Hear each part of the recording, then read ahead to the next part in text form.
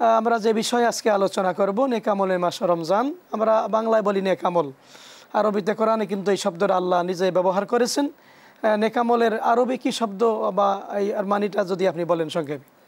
বিসমিল্লাহ আলহামদুলিল্লাহ ওয়াসসালাতু ওয়াসসালামু আলা রাসূলিল্লাহ সুবহানাকা লা ইলমা লানা ইল্লা মা আল্লামতানা ইন্নাকা আনতাল আলিমুল হাকিম।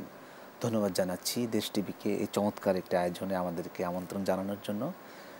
শুকরিয়া জ্ঞাপন করছি সম্মানিত উপস্থাপক, আপনি একটি চমৎকার বিষয় উপস্থাপন করেছেন। আল্লাহ রাব্বুল আলামিন আল কোরআন আল কারিমে আমাদের যে নেক আমল, ভালো কাজকে আমলে সলে নামে আখ্যা দিয়েছেন। এখানে দুইটা শব্দ, আমাল মানে কাজ, আর সলে অর্থ নেক, অর্থাৎ ভালো কাজ। পৃথিবীতে যত ভালো কাজ আছে এটাকে আমরা আমলে সলে বলতে পারি। তো এই বিষয়েই আজকের আমাদের আলোচনা। যে আমলে সলে আপনি সুন্দর বলছেন, মানে আমলে সলে হলো আরবিতে আল্লাহর ব্যবহৃত শব্দ, আর বা বাংলায় বলি ভালো কাজ, নেক কাজ, সৎ কাজ। তো মহতারাম, আপনি যদি বলতেন যে নেক আমল কবুলের কিন্তু কিছু শর্ত আছে, এই বিষয়ে যদি আপনি বলেন। ধন্যবাদ, চমৎকার কথা বলেছেন। আল্লাহ রাব্বুল আলামিন এই বিষয়ে কোরআনে বলেছেন সূরাতুল আসর, এছাড়া অনেক সূরা আছে। সূরাতুল আসর আল্লাহ রাব্বুল আলামিন বলেছেন ওয়াল আসর ইন্নাল ইনসানা লাফি খুসর ইল্লাল্লাযীনা আমানু ওয়া আমিলুস সলিহাত।